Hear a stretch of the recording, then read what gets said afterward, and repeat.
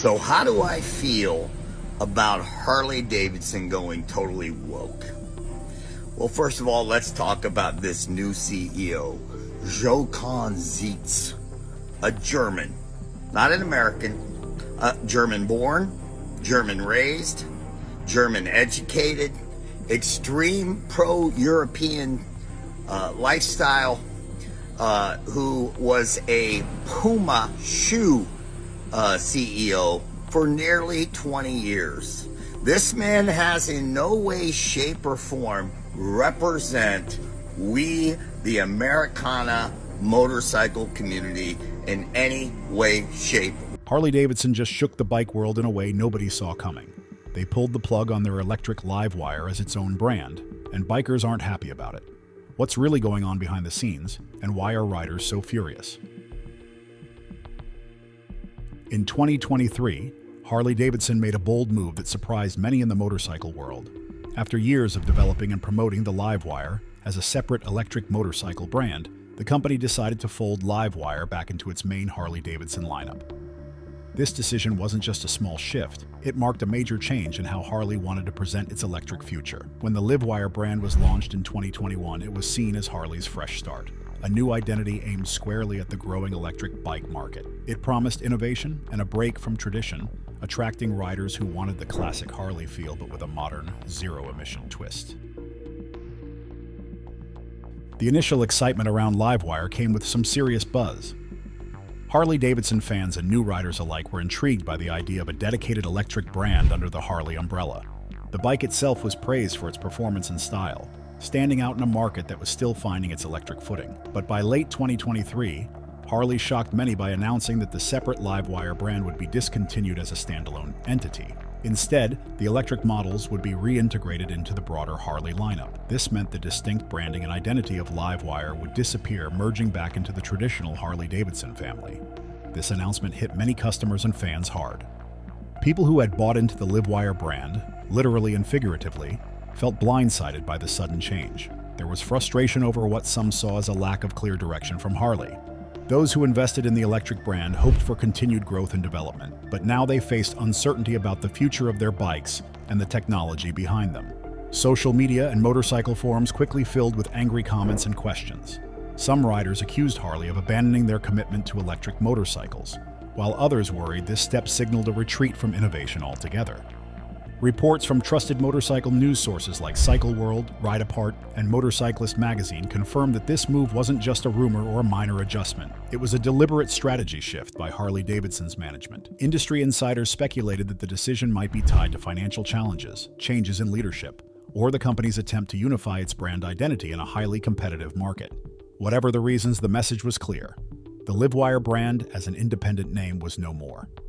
For many fans, this wasn't just about a logo or a brand name, it was about trust. Harley-Davidson had promised to lead the electric revolution in motorcycling, and this sudden rollback felt like a broken promise to those who believed in the vision. The backlash showed how closely the brand's future is tied to its customers' confidence, and how quickly that trust can be shaken when big decisions are made without enough transparency.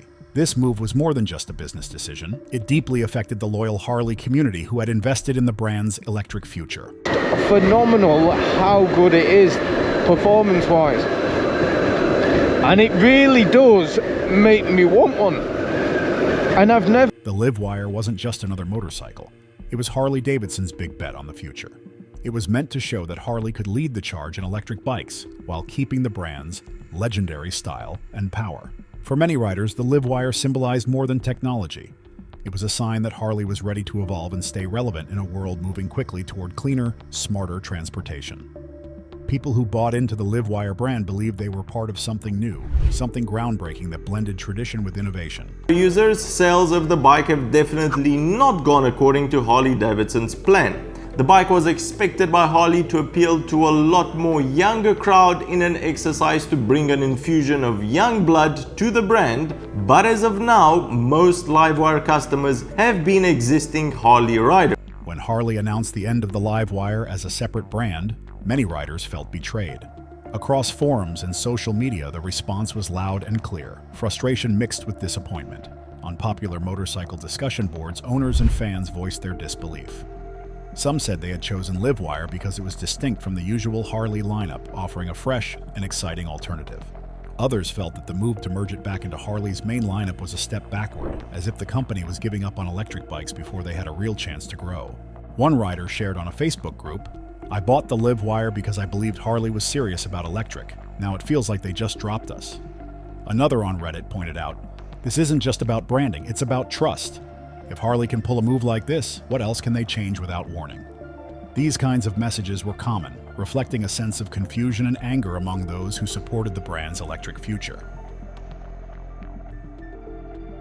Customers who had invested in LiveWire motorcycles expressed worry about what this decision meant for their bikes down the line. Questions about servicing, updates, and future models dominated conversations. One owner posted, "I'm stuck with a bike from a brand that doesn't exist anymore. Will Harley keep supporting it? Or are we just abandoned?" This uncertainty fueled a feeling of alienation among electric motorcycle buyers, many of whom had hoped that Harley's commitment to LiveWire would last. Beyond individual concerns, there's a deeper issue at play. Many bikers believe that by scrapping LiveWire as a standalone brand, Harley is stepping back from the promise it made to push forward with new technology. This move feels like a retreat from the innovation that could secure Harley's place in the evolving motorcycle market. For a company known for its boldness and identity, this shift leaves some wondering if Harley is losing its way. This backlash isn't just about marketing or business strategy. It touches the heart of Harley's identity and its relationship with riders who want the company to grow without losing what makes it unique. The anger and disappointment show how crucial trust and clear vision are when a brand tries to break new ground. But this is not the first time Harley-Davidson has faced backlash from its loyal base over major changes. Am I getting really sweaty in the cooter pocket? No, it was you. I was farting. A lot. Not nice. Then I left it in the kitchen with a freaking cyanide Oh bomb. my God. I felt like somebody just broke one of them things. Them stink bombs. Yeah. Like in the hallways in school. It was funny. That's what I felt like in the kitchen. Thanks. You were screaming the whole time I came upstairs. And I'm like, the coast is finally clear. Oh my God. It was bad, dude. What? Well, you know, I got to take you to see a bridge that you've always wanted to see. Yeah, we've lived out here 14 years. You keep saying, I'm going to take you. I'm going to take you. I'm going to take you. You never took me, but today you took me. I took you today. We took you over the Illinois-Iowa bridge over to Mississippi. I know. It was so cool. I was like a 5-year-old. Oh my God. Yeah, we were in Savannah. I'm sitting here like, man, they're going to think we're Japanese tourists or something the way she's going. What? Because I was taking pictures galore. You're like, stop taking pictures. You look stupid. I'm like, I don't care. I'm taking pictures. What did you think of the Mississippi? It smells like fish. You're sitting here saying you like that smell. I know. I'm like, is this weird? I like the smell of the river. It smells fishy, but I like the smell of the river. And Well, we know like, why now. You're like, dude, you're weird. She weird. And we stopped over and went over to Poopies for Poopies? a cheeseburger. You had a cheeseburger. It was good this time. They're under new ownership. I think that's why it was good this time. Last time it was god awful. And they had servers, and this time they don't. You actually just get to go up to the counter and order your own food. She has this button. I was like, what is this thing? I'm like, it vibrates. It's like that old Fuddruckers thing. Yeah, it vibrates when your food's ready, and I'm like, where do I hold this? Yeah, she's thinking about that right now. It was in my bra. And, you know, I spent $100 on 2 t-shirts. I felt like I was at the Harley-Davidson dealership. You spent 85. 85 still. 85. And the food was, it was a little more pricey than what I thought it was going to be. Everything nowadays is up there. It's going Dude, crazy. Two people to eat at Poopies. $45. It ain't no McDonald's out there, man. So I spent over $100 and something over there. Yeah. What is not to wrong mention with gas. Not to mention the gas. It was worth the ride on the Big Red, though. It was. I love Big Red. I was singing and I was dancing and I was having a grand old time. That's what I look forward to when I have to ride with her. Yes. Unbelievable. The fun and excitement. Well, we got to go over our first story here, what the video is about anyway, this show. And a lot of people are upset with Harley-Davidson now. Let me ask you this question.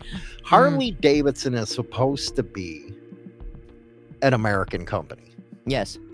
So why do they got somebody from Germany running the company? I have no idea. I was unaware. When you have somebody from Europe running the company, you're going to get a lot of upset Americans. Yeah, This is an American pastime here. 100%. And he's bringing all this weird stuff into Harley-Davidson. And Weird stuff. please expand on weird. You're talking DEI, and a lot of people are upset, especially a lot of older bikers. Now, I have to say, is older bikers different than the younger ones, the way they think? Yes, 100%. I think we're more straightforward at our age. Straightforward. You don't beat around the bush. And You it just hurts straight their up. feelings when we do. I know. They get so boohoo. The boohoo babies. The boohoo babies come out, man. Let me tell you. Aw. Let's go to the first story here. This out of the Tennessean. Why are people mad at Harley-Davidson? Why company faces a conservative-led boycott? Harley-Davidson has never been a stranger to controversy, especially when it tries to change course or introduce something new. Back in 2018, the company made waves by announcing a push into electric motorcycles with a fresh lineup aimed at attracting a younger, more urban crowd. This move was exciting on paper, but stirred unease among longtime Harley riders who feared that the brand was drifting too far from its roots. For many, Harley stood for loud V-twins and the smell of gasoline, not quiet electric motors. That announcement began to highlight a familiar problem: how to modernize without losing the core identity that made Harley iconic. Around the same time, Harley also faced criticism for raising prices on many of its models. As the cost of bikes crept upward, some loyal customers started questioning whether the brand was becoming too expensive and losing touch with its blue-collar base. The pricing shift made it harder for new riders and even some seasoned ones to justify investing in Harley motorcycles, especially as competition from other brands offering more affordable options increased. Then came the pandemic in 2020, which hit Harley hard. Production cuts and factory shutdowns forced the company to scale back operations significantly. This period brought uncertainty for both the business and its customers. Some dealers had trouble meeting demand once things started opening up again, while others faced a shrinking market as riders dealt with economic worries. Harley's struggles during this time underscored how vulnerable the brand was to external pressures, but also how important it was to keep its community engaged and confident. What these moments have in common is a recurring clash between Harley's efforts to evolve and the expectations of its traditional fan base. The company's push toward new technology, higher prices, and different business strategies often meets resistance from riders who want Harley to stay the way it always has been. It's a tricky balance. Too much change risks alienating the core audience, but staying the same can leave the brand behind in a fast-changing market. The decision to bring LiveWire back into the main Harley lineup fits right into this ongoing story. It's another example of Harley trying to find its footing between embracing innovation and holding on to its heritage. The LiveWire electric bike was supposed to be a fresh start, a way to show the world that Harley could compete in the electric market while keeping its signature style. Yet folding it back into the traditional brand feels like stepping away from that promise, reigniting the same tensions Harley has faced before. For many riders, this isn't just about one bike or brand name. It's about what Harley represents and whether it can grow without losing its soul. The history of these past controversies helps explain why the LiveWire move hits so hard.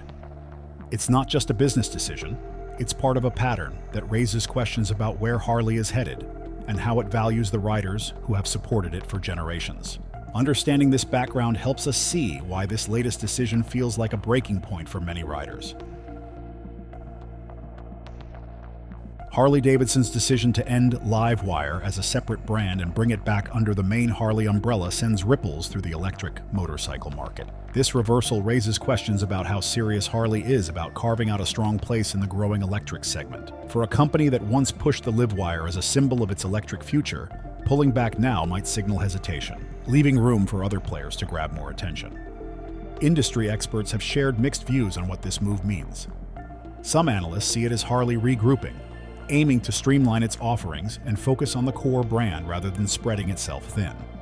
They suggest the company might be trying to manage costs better and avoid confusing customers by having multiple overlapping brands.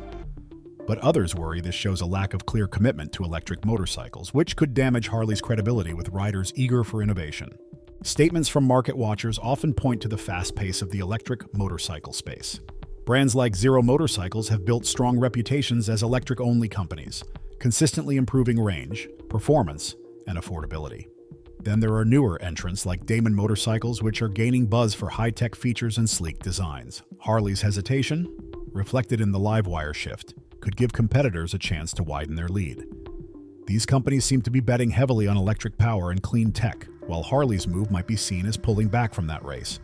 Harley's brand image also takes a hit here. For years, the company has tried to balance being an innovator with respecting its heritage. The LiveWire launch was supposed to show that Harley could be bold and forward-thinking, not just resting on its past. Folding LiveWire back into the traditional lineup might make some people see Harley more as a hesitant legacy brand rather than a confident pioneer. This matters because how the company is viewed shapes customer loyalty and future sales. Riders who want electric bikes often look for brands that feel fresh, dynamic, and committed to progress. Harley's move may send a message that it's unsure about its direction in electric motorcycles, which could discourage new riders from jumping on board. At the same time, Harley risks alienating its core fans if it pushes too hard into electric too fast, so it's walking a tricky line. Beyond the business side, this shift reflects a bigger cultural clash within the motorcycle community. It shows how challenging it is for a brand like Harley to evolve without upsetting the very people who made it successful. The LiveWire story isn't just about electric bikes. It's about identity, trust, and the future of riding itself. This controversy is about more than just numbers or market share. It points to a deep conversation about what Harley-Davidson stands for and where it fits in a changing world. That makes the impact of this decision reach far beyond the showroom floor, touching the heart of biker culture itself. The biker world has always been about more than just the machines. It's about freedom, identity, and community. But right now, there's a clear split growing within this culture, between riders who stick to the classic gas-powered motorcycles and those eager to embrace electric bikes for environmental reasons and modern technology. This divide is at the heart of the uproar over Harley-Davidson's recent decisions. On one side, you have longtime Harley fans who value the rumble of a V-twin engine, the smell of gasoline, and the raw power that comes with traditional motorcycles. For them, a Harley isn't just a bike. It's a symbol of heritage, rebellion, and a certain way of life that's been passed down through generations. They see electric bikes as missing the soul and character that make motorcycling special.